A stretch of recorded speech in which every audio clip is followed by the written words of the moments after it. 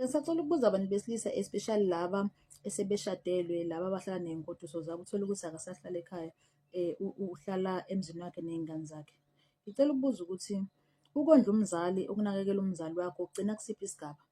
Ukuthi okay, manje ngimondlile umzali wami, kwagcina kulesi sigaba, manje senginomndeni wami nonkosikazi wami, ngeke ngisakwazi, sengiphumele kumzali wami. Ngibuza ngoba kunabantu besifazane othola ukuthi ushade naye akasebenzi ngisho ukusebenza, wena uyasebenza and usebenza kahle, and uyaqinisekisa ukuthi ngaso sonke isikhathi kunemali ezophuma la ekhaya iyo-support umzali wakhe. Beze bedlale iy'tokfela, adlalele abazali bakhe ukuthi ngoDisemba kube khona igrosa uma wakhe ayitholayo, kodwa ayikaze ziphume nangelilodwa ilanga igrosa iye kuma wakho. Uze uthi wena bhuti, ngeke ngize ngikwazi ukondla ekhaya mina, ekhaya kugcwele iy'ngane zey'nkehli, 500, 500 ke egameni lokuthi nje ukhishwa uwena emholweni wakho ngenyanga wawuthumela kuma wakho 500, ngoba phela ayikho into ongayenza vela ngo-500, kodwa nje egameni lokuthi uma wakho uyamkhumbula. Niyenzelani lento? Yini le yenza ukuthi nithande kakhulu omamezala benu kunomama abanizalayo?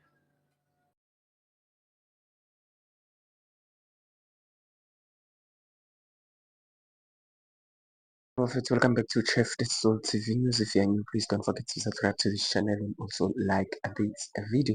Perfect. Uma sister la uyabuza on Facebook mayelana nabazali bethu. We all know ukuthi-ke mase sishadele or sesishadile, sesinemizi yethu, sesingahlali emakhaya, njalo njalo. Kuba-ke nezinto-ke ey'ningi ezahlukahlukene when it comes to mhlampe-ke indaba yokondla abazali bethu. Sikubeka kusiphi-ke lokho isigaba. Uma kuwukuthi-ke mhlampe-ke umuntu okuyena yena kade ephilela umndeni wakhe, and then-ke you only find out ukuthi okay fine, njengamanje sengithathe-ke umuntu-ke mhlampe ngifisa ukuphilisana naye ney'ngane zami nani nani nani emzini wami. Kodwa-ke uma usele ekhaya, usele mhlampe nabafowethu futhi-ke noma nodadewethu mhlampe abangekho right-ke ephaketheni. Esigabeni esinjengaleso uthi-ke uma sister la wenzanjani? Ngamanye amazwi lo mbuzo-ke ububuza leyo nto leyo because-ke we all know ukuthi-ke kunabafowethu-ke ngokwehluka abenza-ke izinto-ke ngendlela futhi-ke ehlukile. Lokhu mhlawumpe okungenzeka ukuthi the reason why ebuza kanje because-ke uyabona ukuthi abanye kuya ngokuya uthole ukuthi kade be-support emakhaya, kodwa uma kuwukuthi-ke sebakhe imizi yabo, isandla siye kwenzenjani-ke, sifinyezeke noma siye ngokuya sikhombe ukuthi-ke cha, leyo nto ayisenzeki. Ngizokufundela nje ama-comments ambalwa akade ekuyona le video ephostwe uyena-ke my sister la.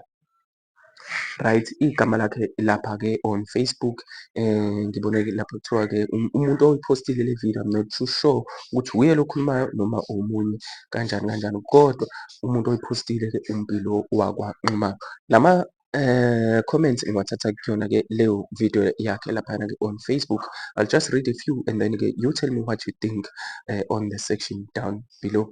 Nakhu-ke la ngizoqala ngoSibusiso wakwaMcineka. Uthi-ke uSibusiso-ke manje umzali wakho-ke esekhona nje awuyeki. Okay, uthi-ke uma nje ya umzali wakho-ke mayeseyadla cha, awuyeki-ke ukuthi-ke uqhubeke nalokho okade ukwenza noma nalokho okufanelekile ukuthi ukwenze. Right. Engabe-ke uma engasekho-ke kodwa-ke abafowenu nodadewenu besakhona bona kuwukuthi-ke basaswele abakakhoni, kumele yini-ke uqhubeke nokuyeka nakhona lapho? Umbuzo wami-ke uhambe ujikeleze kuleyo ndawo, kodwa-ke asikho lapho.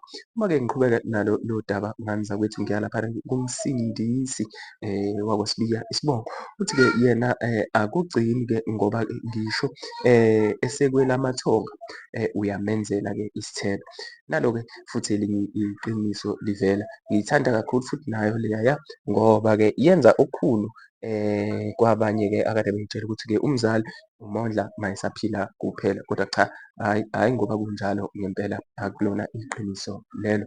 Uma-ke siqhubeka nalo lolu daba, ngizogcina ngaye laphana-ke uSemukelo wakwaNcube. Uthi-ke wamuhle-ke umbuzo.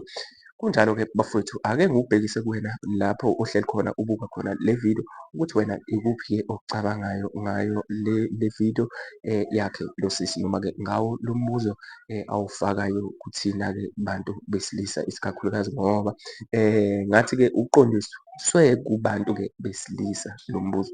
Uthini umbono wakho ngalolu daba? Anyways bafethu, ngiyacela ningakhohlwa ukusubscribe kuyona i-chaneli, ngingakhohlwa-ke ukukhomenta nje bafethu, sizwe umbono yenu. Ilokho kubaluleke kakhulu-ke if senza amavidiyo anjengalawa. We engage with you bafethu and try to hear your views by all means possible. Ngibonge manje bafethu, ungakhohlwa ukulike le video. Chef the Soul TV News. Danko.